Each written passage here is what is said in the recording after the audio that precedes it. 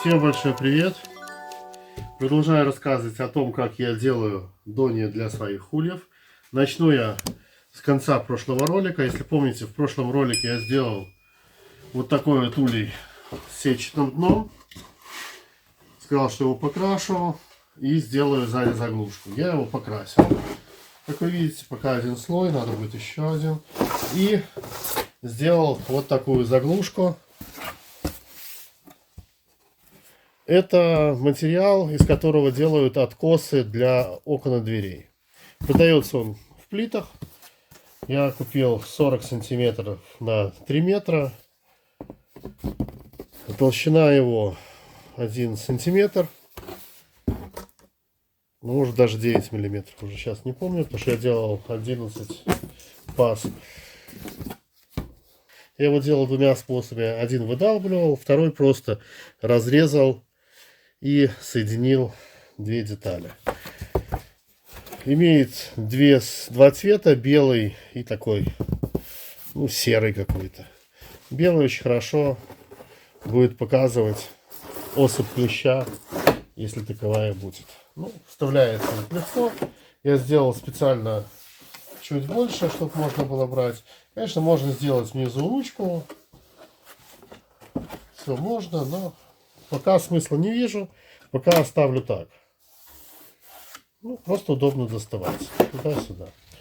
Вот. Это то, что касается прошлого видео. Я закончил вот эти улья. Отчитываюсь, показываю. Они закончены. Осталось сделать прилетки. Я их сделаю из дерева, либо закажу готовые. Что касается готовых прилеток, сразу перехожу ко второй части. Немножко переставлю. Вот перед вами два других дна. Это другая модель. Здесь сразу есть прилетка. Если уже о прилетке говорить. Также выбран литок. Два самореза. И на них ставится такая пластиковая прилетка. Как она будет служить, не знаю. Посмотрю. Из особенностей вот этого улья. Этого дна для улья. Здесь тоже есть. Сейчас я уберу вообще эти дони. Из особенностей. Здесь также сделан паз в самом дне. Но планшет, в котором сетка вставлена, он выезжает вместе с обвязкой. То есть прелесть этих, надеюсь, вы понимаете, видели, возможно, в моих роликах. Прелесть такого улья и дна с таким ульем в том, что весной при осмотре не надо разбирать, снимать корпуса, тревожить семью. Можно просто достать подмор и убрать его. Если его будет много, понятно, он упадет на землю. Также я вырежу, сейчас у меня нету, из пластика, либо из фанерки тонкой, сюда закрывашки такие, которые в весенний период закрываются. Единственный минус, конечно, может разбухнуть этот планшет от влаги, поэтому надо делать чуть больше паз. Еще здесь сделаю, скорее всего, крючочки, которые у меня традиционные, чтобы закрывалось, хотя смысла никакого в этом нет. Но устанавливается вот здесь на мои подставки, которые я использую, делаю из арматуры. Просто ставится сверху. Пока, слава богу, держит. Вот я сделал таких два дна. Два дна, которых уже показал. Есть у меня еще дони глухие, которые я в скорости переделаю с сетчатым дном. То есть сделаю там отверстие большое, укреплю и прибью сетку. О том, как я изготавливал эти дони, именно вот эти, я расскажу прямо сейчас. Остальным пока. Не забудьте поставить лайк, хотя бы за то, что я показал. А остальные поставьте лайк за то, что я сделаю. Всем пока, смотрите, приятного просмотра.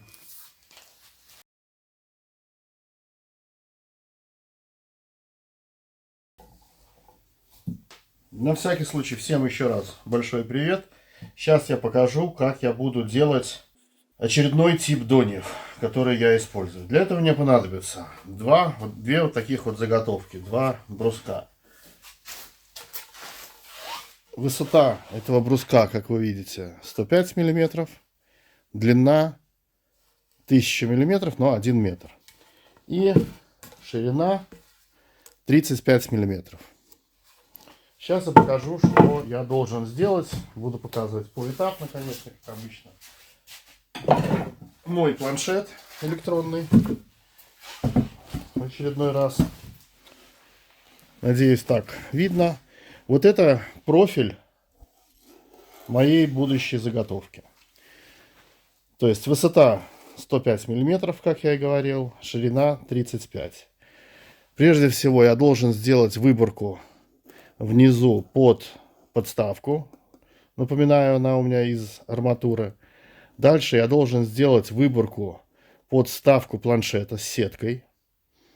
Размеры здесь, я отступаю 20 мм снизу, уже после выборки.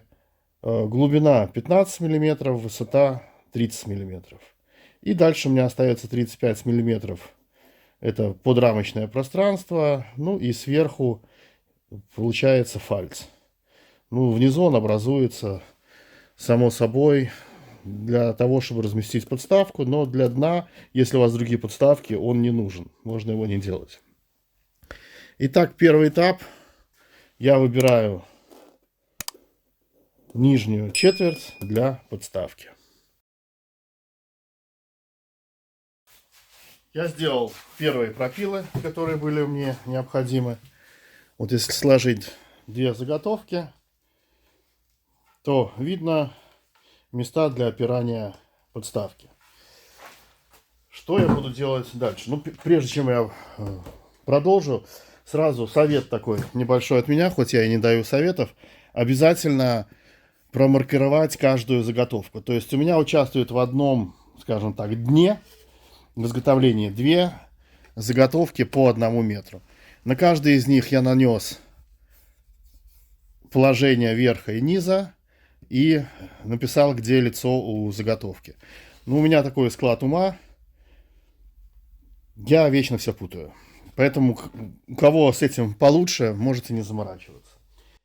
Прибегну дальше к своему планшету и расскажу о своих дальнейших действиях. Так, надеюсь, видно. Сделана у меня первая выборка. Сейчас мне надо сделать вторую выборку. Она будет 30 мм в высоту и в глубину 15 мм. Делать я буду на всех деталях. Сделаю, скорее всего, вернее, не скорее всего, а сделаю на циркулярной пиле. Можно это сделать при помощи фрезера, можно при помощи фрезерного стола. Но, по большому счету, большой разницы в том, как перевести в опилки вот этот вот прямоугольничек, нету. Мне будет проще сделать и быстрее это на циркулярке. Опять прерываюсь, делаю, показываю результат. Я закончил выборку внутренних четвертей, которые планировал сделать. То есть выглядит это примерно вот так. Прорезал на циркулярке и потом выбрал стамеской. Сейчас пройдусь наждачкой еще, чтобы не было заусенцев. Вот из этих теперь заготовок я должен сделать детали корпуса. То есть две боковые планки и одну, скажем так, переднюю, это литковую, и заднюю, тыльную, тоже со своими особенностями. Сейчас сделаю, потом покажу. После всех запилов, торцеваний у меня получилось 4 детали основных. Это боковые стенки, длина 495 миллиметров. И это передняя и задняя стенка 445. Размер, опять же, условный, там плюс-минус 5 миллиметров. Все зависит от того, как вы дальше будете подгонять. Сейчас покажу. Если сложить Ну, наше дно будущее. Ну понятно, что сейчас он держаться не будет. Но самое главное понять принцип. Передняя часть, на передней части делается выборка, в которую заходит боковая часть. Ну, такое столярное соединение. В зависимости от того, какой вы сделаете вот эту выборку, глубиной ее, от этого и пляшут размеры. Я имею в виду боковых, вот этих вот длинных. Я делаю 21 миллиметр, ну 20-21 примерно у меня получается. Это позволяет, ну, сделать достаточно хорошее соединение, плюс я этим скрою вот этот вот паз, который у меня здесь есть. Как сделать эту выборку? Делать я буду при помощи каретки, я это многократно показывал. Как посчитать размеры? Надо приложить деталь, ну, если делать все по месту. Я знаю, что она 35 миллиметров, но тем не менее. Вот прямо здесь можно отметить. И вот это вот расстояние, вот эта вот часть я выберу. И она равна 35 миллиметров. Дальше, сейчас я возьму корпус. Эталонный он для меня. Те, кто видел предыдущие видео, знают, что я его разбираю, чтобы точно выставлять размеры на пильных станках.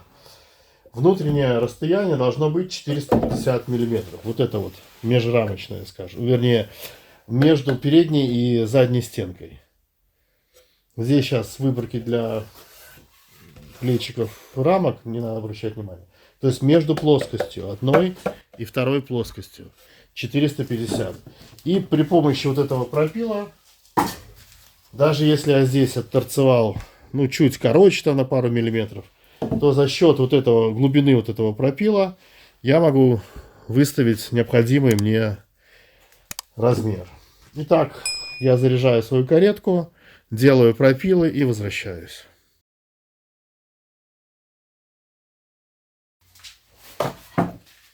Я сделал необходимые мне запилы. То есть вот что у меня получилось. Выпилил вот такие вот четверти с одной и с другой стороны. Ну и сейчас предварительно уже, наверное, будет держаться. Можно собрать очертания.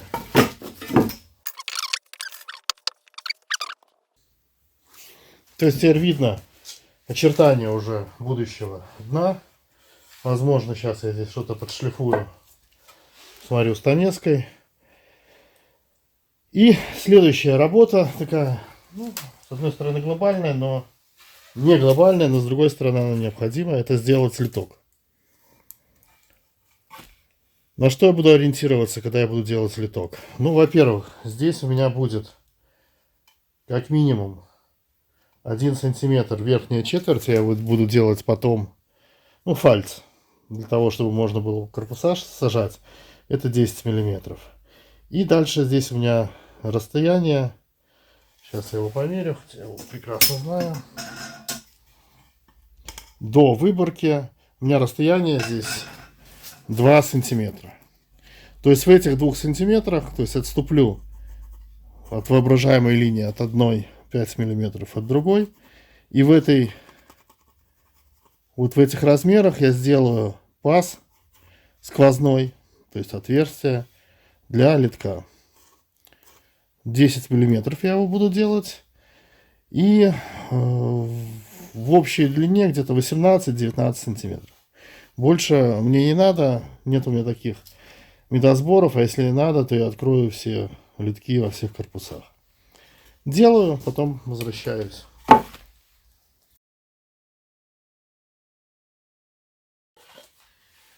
Вот, я сделал литок на долбежном станке. Сделать его можно различными совершенно способами. Можно фрезером, можно циркуляркой, 2 пропила и сверлом. То есть здесь полет для фантазии огромен. Ну, сейчас можно предварительно уже еще раз собрать. Вот такого плана получается дно. Оно уже обрело свою форму. Есть литок. Есть 4 стенки, но не хватает внутренности, скажем так. Здесь делали выборку 3-сантиметровую глубиной 1,5 сантиметра. И вот сейчас я покажу. Скажу так. И я хочу, чтобы с задней стороны, со стороны задней стенки, сюда задвигался планшет, в котором будет находиться сетка. Чтобы изготовить планшет, мне понадобится еще рейки. Я взял вот такие вот 3 на 5 сантиметров. Ну там, где 3, я сейчас сделаю чуть меньше. Надо было сразу выпилить, чтобы это было где-то там 2,7, 27 миллиметров. Чтобы они могли, ну, планшет, который я изготовлю, чтобы он мог свободно заходить вовнутрь, вот по этим направляющим. То есть, если так посмотреть, и так достаточно хорошо ходят. Размеры соблюдены, но я все-таки решил сделать чуть меньше. Древесина будет разбухать, это раз. Во-вторых, я прокрашу корпус целиком и внутри в том числе. Это тоже слой какой-то краски. Ну и лучше, чтобы был небольшой люфт. Поэтому сейчас я сниму 3 миллиметра, скорее всего, на рейсмусе. И дальше я сделаю, вернее, чтобы сделать дальше, я покажу.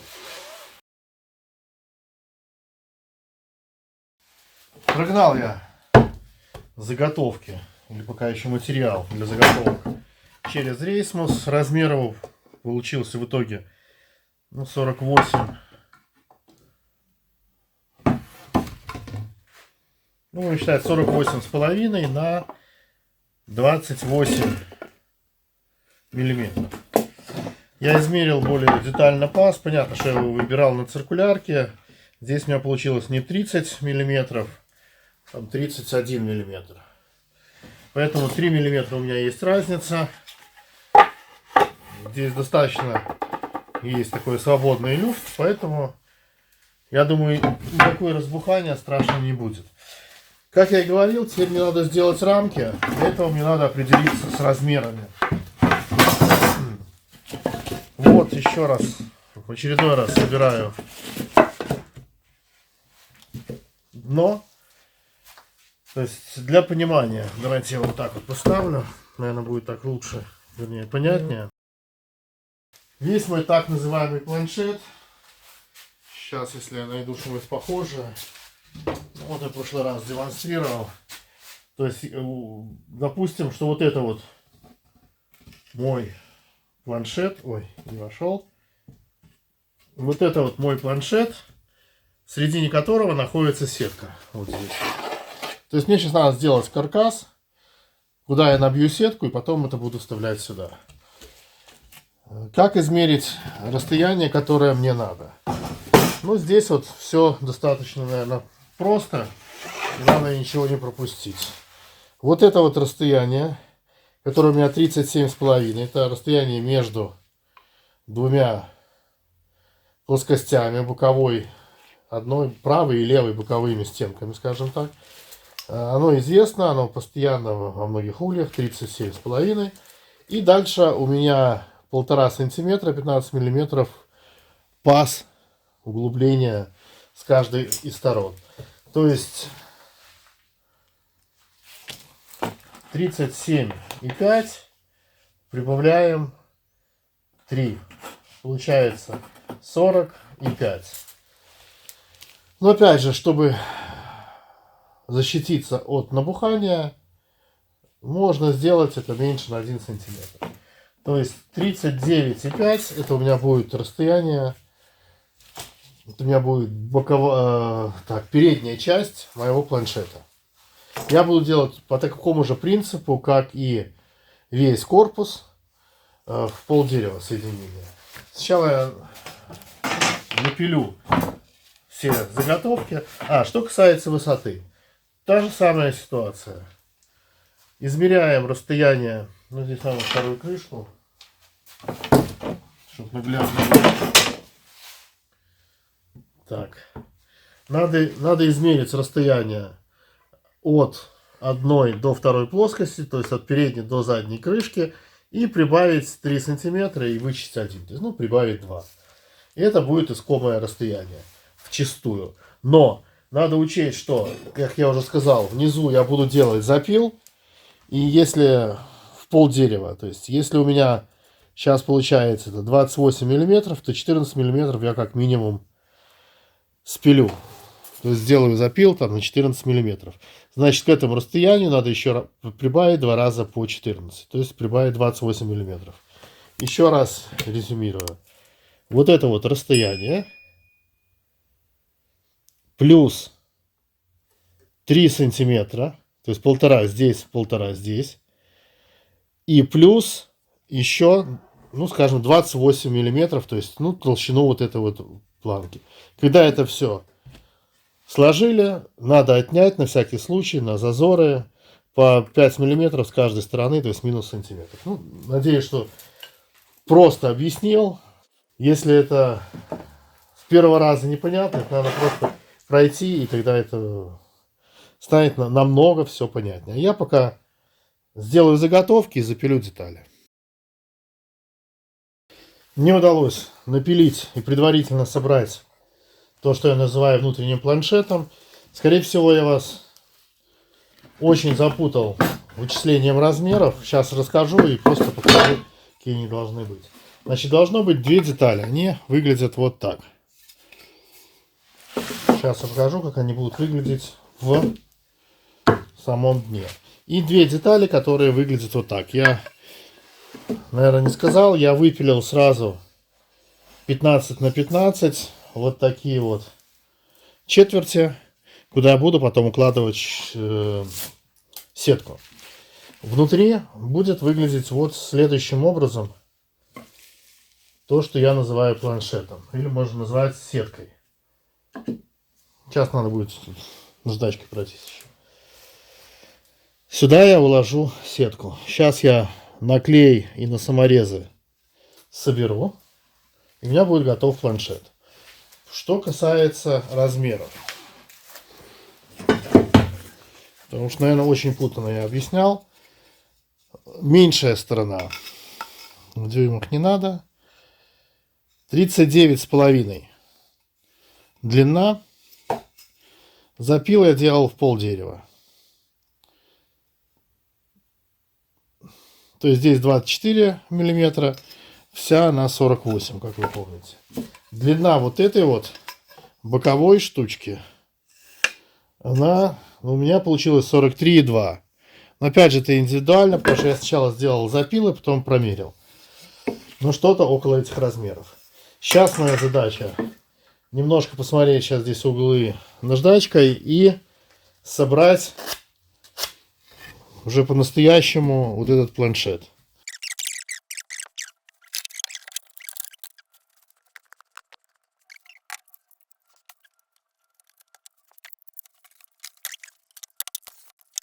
Итак, все достаточно просто.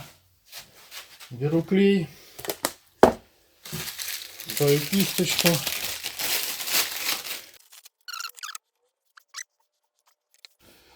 Все, кладу. Здесь у меня ровный угол.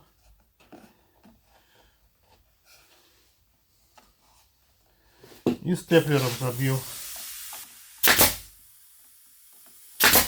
Ух ты, промазал. Сейчас буду исправлять. Так, и вторую также кладу. Точно так же вторую. Надеюсь, вы понимаете, что скобы я сейчас использую не в качестве силового метиза, скажем так, а как временное соединение, чтобы дальше можно было на саморезы это свинтить. Так, ну, оставлю пока сохнуть. Выключусь буквально на несколько минут. Я собрал то, что называется каркас планшета.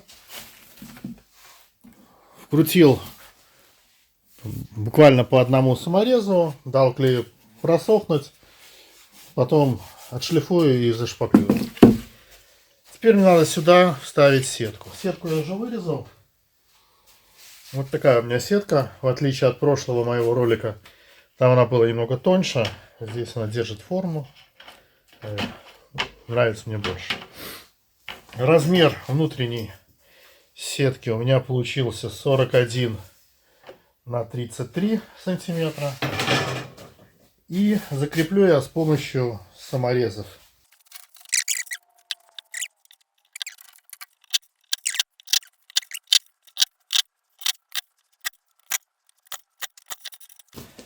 Собрал я. Вот получилась такая у меня деталь. Здесь, конечно, получается вот такие вот небольшие выступы технологические. Но у меня очень много палочек, которые получились в процессе обработки. Ну, возможно, я сейчас возьму вклею. Может, сделаю это прямо сейчас.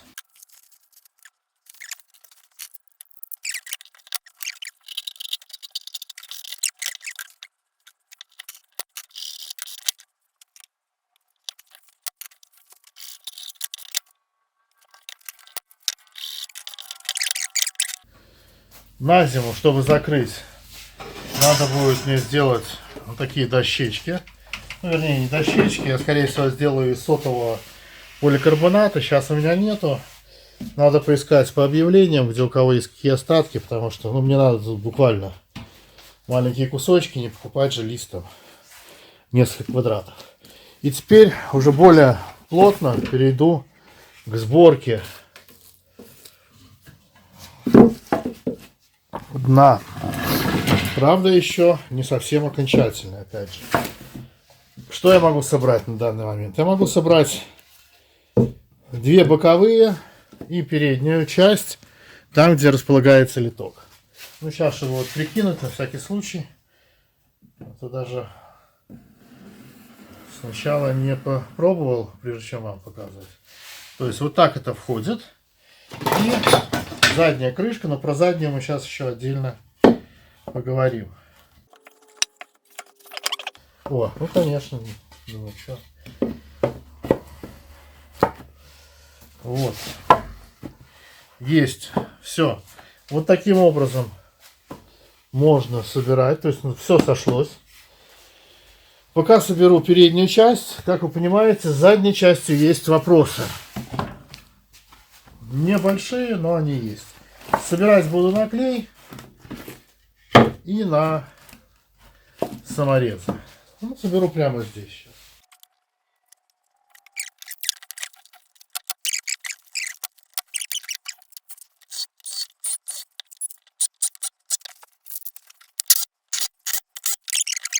Теперь мне надо организовать здесь выезд вот этой вот штуковины.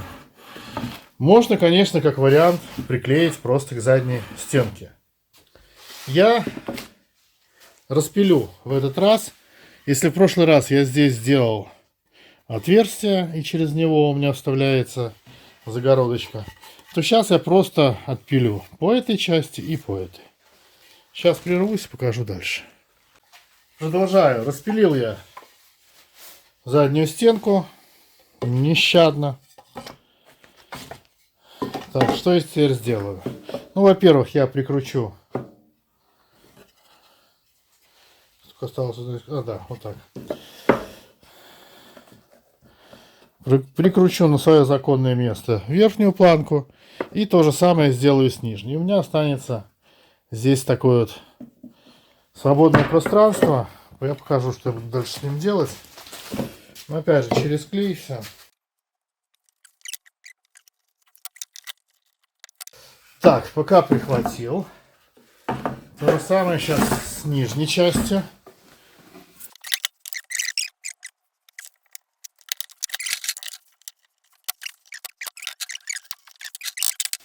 Вот у меня получилось теперь почти дно, в которое можно вставлять спокойненько вот эту штуку.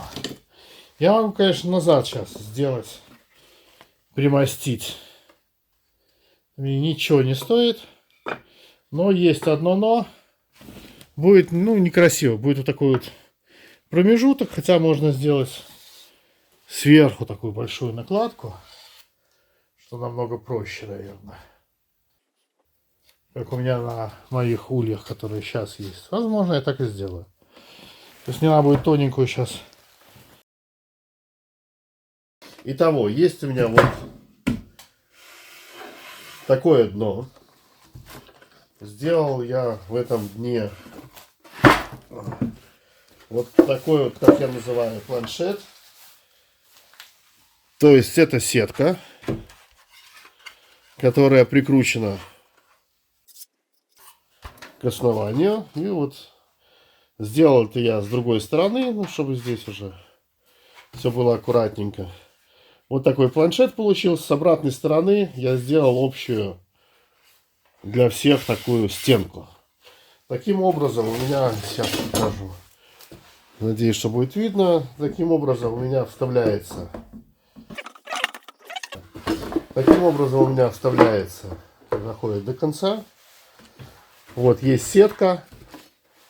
Я, конечно, сделаю сейчас здесь сбоку крючочки свои традиционные, которые, ну, не позволят непроизвольно как-то откатиться моему планшету. И если вы заметили, у меня сверху нету фальцев, но улья у меня все фальцевые. Я в этот раз решил поступить немного по-другому. Попробую. Для меня это эксперимент, хотя я думаю, что я не первый, кто это делает. У меня осталось очень много вот таких вот планочек, которые как нельзя кстати подходят, чтобы стать фальцами. То есть я сейчас прибью сюда планочки по размеру и не буду вырезать, сделаю чуть выше. Сейчас это сделаю и покажу.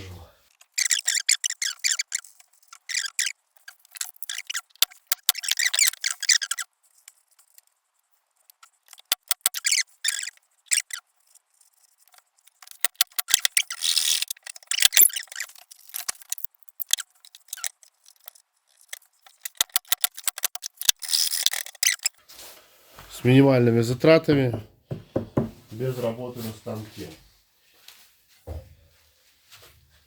Ходовые испытания. Все стало. Люфт есть. Я делаю специально чуть больше люфт, чем, скажем так, положено. Там 2 миллиметра. Ну, я считаю, что лучше пусть будет люфт. Сейчас еще один внесу. Взял я для пробы корпус одного производителя. Все стоит нормально. Все, он тоже подходит. Люфт есть. Ничего не буду говорить про эти корпуса. Мое отношение пока к ним негативное, но посмотрим. Так, кроме как приделать крючки к задней крышке, осталось еще прилетные доски. Я тоже заказывал когда-то на пробу вот такие прилетные доски из пластика. У меня она одна всего лишь. Поэтому я ее использую здесь. Остальные я сделаю деревянные. Одну сделаю прилеточку здесь, но я сначала покрашу. То есть мне надо сейчас зашлифовать, зашпаклевать, покрасить. Ну и потом встретимся в финале. Я покрасил свои донья. Пока в один слой. Они высохли, чуть позже я покрашу еще раз. Вот у меня получилось вот таких два дна. Я поставил экспериментальную прилетку. Я вот заказал вот такую пластиковую. Ну, имеет право на жизнь. 2 шурупа. Поставил, стоит. Перевозить не собираюсь, но если что, можно убирать. Можно на зиму убрать. Из особенностей.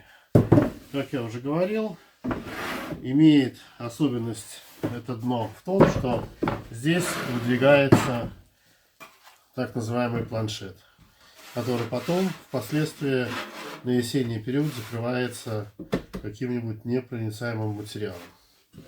Единственный, конечно, нюанс, вот здесь могут, конечно, образовываться, и здесь любит жить моль. Ее надо убирать. Ну а так вот такой улей. Я еще не сделал, у меня просто закончились крючочки. Здесь делаю, ну, чтобы закрывать. Хотя надобности в этом нету. Пчелы не смогут открыть самостоятельно. Ну, так, на всякий случай. Вот, сделал таких 2 улья экспериментальных, 2 других я уже показывал. На этом все. Пишите, комментируйте, ставьте лайк. Дизлайков не надо. Всем пока, всем удачи.